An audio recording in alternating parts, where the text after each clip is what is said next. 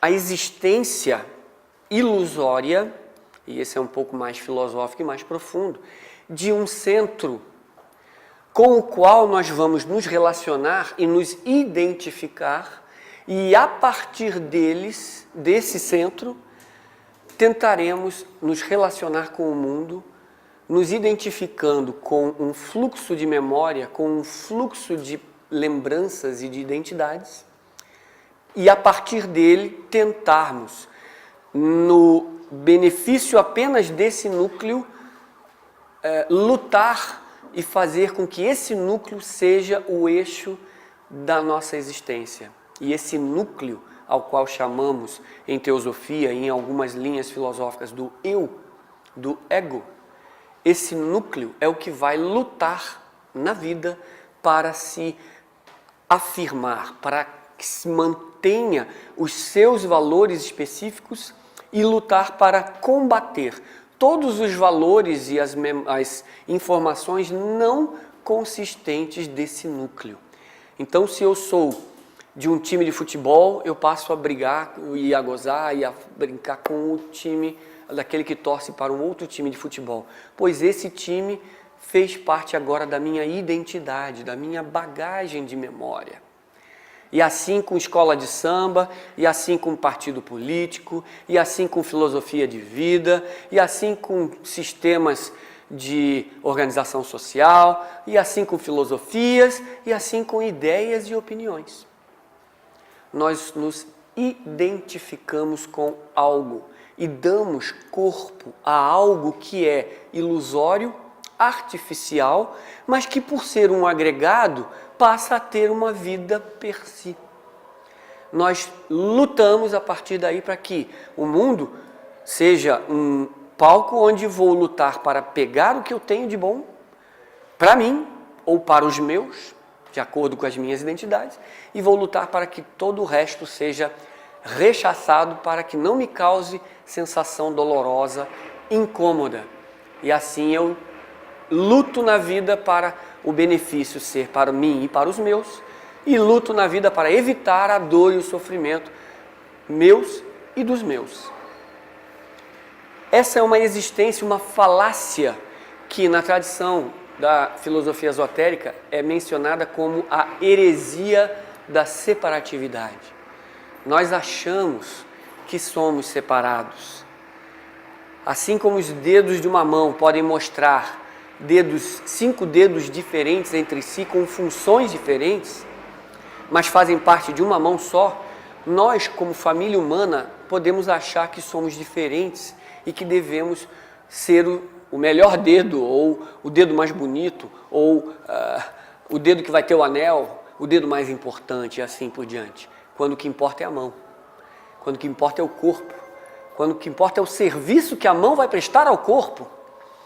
E nós traduzimos o que é externo, secundário, passível de decomposição, como algo verdadeiro. A ignorância fundamental, segundo a tradição da yoga, que agora eu vou entrar naquele exemplo que eu ia dar de Patanjali, é de tomar o falso pelo verdadeiro, é de tomar as coisas que passam por coisas permanentes. E elas são fontes inesgotáveis de desistência, de frustração, de dor e de sofrimento. Nelas nós colocamos nossa esperança. Agora passando para a yoga no Oriente, a tradição da Raja Yoga mostrando esses 5 níveis que são chamados kleshas, ou as aflições. A própria tradução de klesha já mostra que nós nos afligimos ao nos posicionar em sintonia com esses estados psicológicos. E a primeira causa na tradição da yoga, ignorância, chamado avidya em sânscrito, que vidya é conhecer, avidya é desconhecer, ignorar. Essa ignorância básica nos faz cair no estado do pecado original, no estado de eu sou eu, no estado de existe alguém que vai então perceber o mundo, existe uma consciência que vai lidar com a vida objetiva, e essa consciência vai se identificar com aquele núcleo de memória que foi mencionado no budismo. Logo, essa ignorância ele não vai se ver como uno com a vida, uno com todos os outros, não vai se ver parte de uma mesma mão, como o dedo de uma mão, não vai se ver parte de uma mesma família. E o passo automático dessa ignorância fundamental é esse senso de separatividade. É essa heresia de achar que nós somos separados. Nós podemos ser diferentes, separados não. É aí que está a grande diferença das coisas. Então, a ignorância vai me fazer cair num segundo estágio psicológico, que é o estágio chamado em sânscrito de asmita, que é tomar a consciência espiritual, que seria o saber, pela consciência individual. É diferenciar as duas consciências, é dizer, eu sou algo diferente do mundo lá fora. Eu não sou humano como o budista, o islâmico, o chinês, o japonês e assim por diante. Eu não sou asiático, logo eu sou diferente. Ele vai se ver assim. Ele se identificou com a consciência que deu corpo a essa percepção ignorante.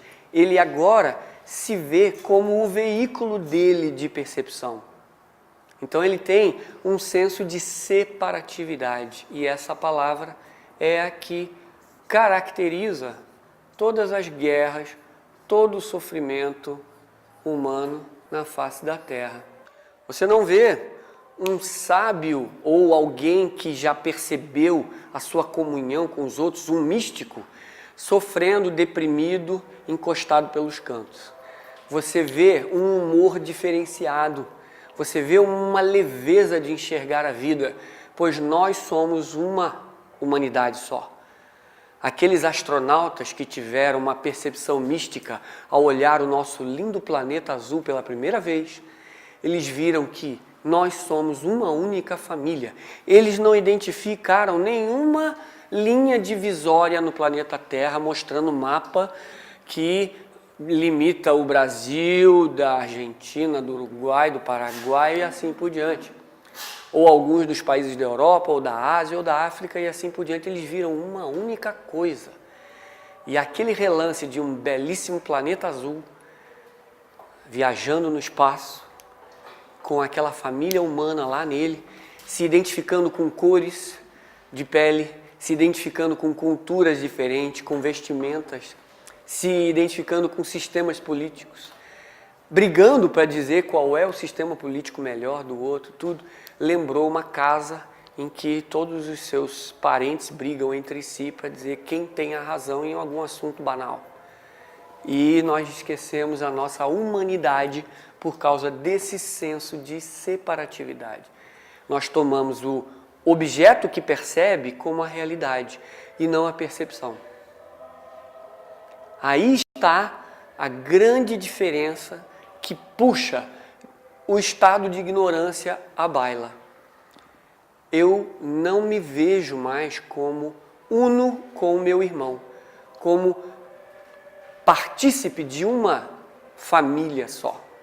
E essa noção que separa, e a mente é fértil nisso, é a fonte de todos os sofrimentos e dores das guerras, das lutas, das disputas e das grandes catástrofes da humanidade. Foi defender o seu em detrimento do outro, sem saber que somos da mesma natureza. Vocês querem um exemplo? Eu tenho um sangue diferente do africano ou do japonês? Isso biologicamente falando.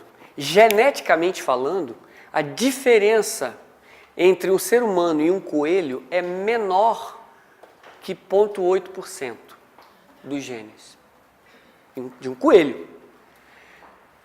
A diferença genética entre um africano, um japonês e um anglo-saxão é menor que 0,02% de genes. Se os dados estão perto Os dados estão aqui exemplificados. Podemos ver os números perfeitos, podem ser menos ainda, mas eu queria dar uma noção de proporção. Nós, para um coelho, é menos que 1%, certamente. E africano, então, para chinês, para japonês e para anglo-saxão, é quase nada. Então, matematicamente, é quase desprezível. Caiu por terra toda aquela teoria da raça melhor, raça pior, raça escolhida por Deus. Quer dizer que Deus vai escolher uma raça em detrimento de outra. Que pai bacana que é isso aí, né? Então, da ignorância saindo o senso de separatividade, a consequência natural é que essa noção traga sempre a luta pelo que é melhor para si e para evitar aquilo que lhe causa dor. Então existe um apego ao prazer. Então o prazer, aquilo que me causa alegria e me preenche, eu sou buscador dele. Eu me apego nesta vida de busca desse sentido. E, como consequência também automática desse apego ao prazer, uma fuga da dor. E esse processo todo, em 4 etapas, leva à 5ª e consequente etapa, que é muito sofrimento, muita dor, pois eu fico apegado à vida. O termo em sânscrito chama-se abnivesha, que quer dizer uma escravidão à busca pelo prazer e a fuga da dor. A minha vida se torna uma repetitiva e constante luta mundana para alimentar de prazer e fugir da dor aquilo que ele vê separado porque ignora. Então é escravidão, um apego à existência manifestada, pois eu não concebo uma existência unificada. Eu só concebo a diferença. E essa diferença é que me faz sofrer, pois eu não tenho uma percepção de uma unidade, de que o bem do outro é o meu bem no final das contas. De que aquilo que eu faço de benefício para o outro, eu faço para mim mesmo. Uma sociedade mais justa seria aquela em que todos podem trabalhar para todos e que alguém pode trabalhar para o todo, aceitando que o todo trabalhe para ele também. Então, a complementaridade das aptidões, das qualidades, é um fator de riqueza de uma humanidade, de uma sociedade. O colorido, a variedade das nossas aptidões são o que nos trazem riqueza, beleza. Eu posso conviver com uma pessoa que prioriza a beleza e a arte na decoração da casa. E eu posso não ter a menor habilidade nisso. Então eu posso viver numa casa mais bela, harmônica, graças a diferentes temperamentos que buscam mais riqueza. E assim nós temos muito mais, pois tudo que é de todos passa a ser de todos. Então aquele que tem mais organização, aquele que tem mais sentido estético, aquele outro que tem mais sentido prático, objetivo, e os pragmáticos, os ativos e os contemplativos não são opostos entre si necessariamente.